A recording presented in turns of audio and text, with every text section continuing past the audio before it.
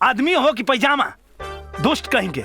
कहाँ हट गया? हमरा डर लग गया। डर लग गया? प्यार करे खातिर हिम्मत चाहिए जो तारा में है नहीं के। ए चुप, ई सब का हो रहल बा? अरे कहाँ कुछ हो रहल बा? कुछ ना हो रहल बा। कुछ ना कुछ तो बात जरूर बा। बतावा का बात बा?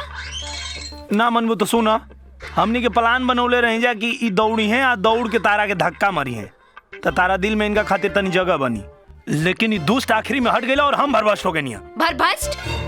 हम इनका के पहले कह चुकल बानी कि हमार बॉयफ्रेंड बा, लेकिन ई इनका के समझे में नहीं आवत। अब बतावा ई गलत बात बा कि ना? एकदम गलत बात बा, लेकिन ये आदमी माने के तैयार नहीं खे। ई कहेला कि तू एकर जान हऊ, परान हऊ, ई तारा बिना रह ना पाई। तो हम इनका से कहनी, देखा भाई 100 बार तू कहबा कुछ होखे वाला नहीं खे, लेकिन एक बार अगर दिल से दिल टच हो गई तब बात बन सकेला।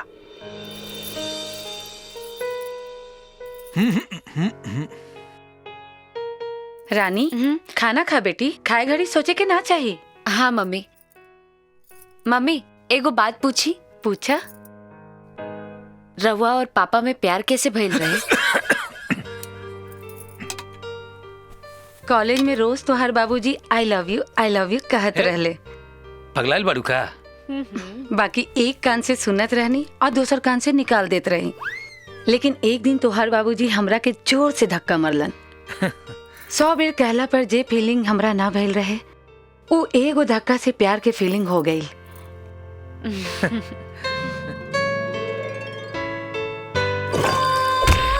का बनता? हलवा बना रहे हैं। अरे तो तनी चाय बनावा। चाय कैसे बनाएंगे हो?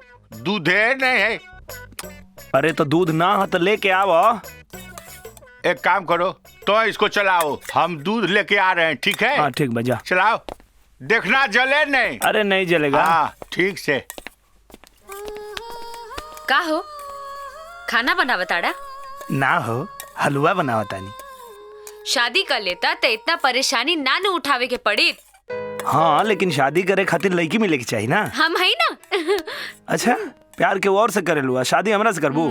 हम केहू से प्यार व्यार ना करेनी। वो तो हम लइकन से पीछा छोड़ावे खातिर झूठ बोलनी है। हमार रजऊ, हमार करेजऊ, हमार मजनू के बा पता है? भोला मान। छी, हमार मजनू तो तू बाड़ा। अच्छा तोरा के का लगा था? तोहर नाटक देख के हम झांसा में आ जाए।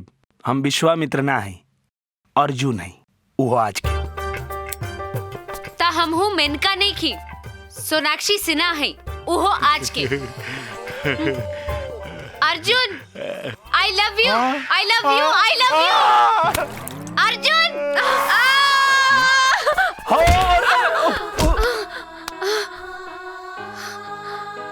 हे भगवान, तोरो गजब के खेला है प्रभु।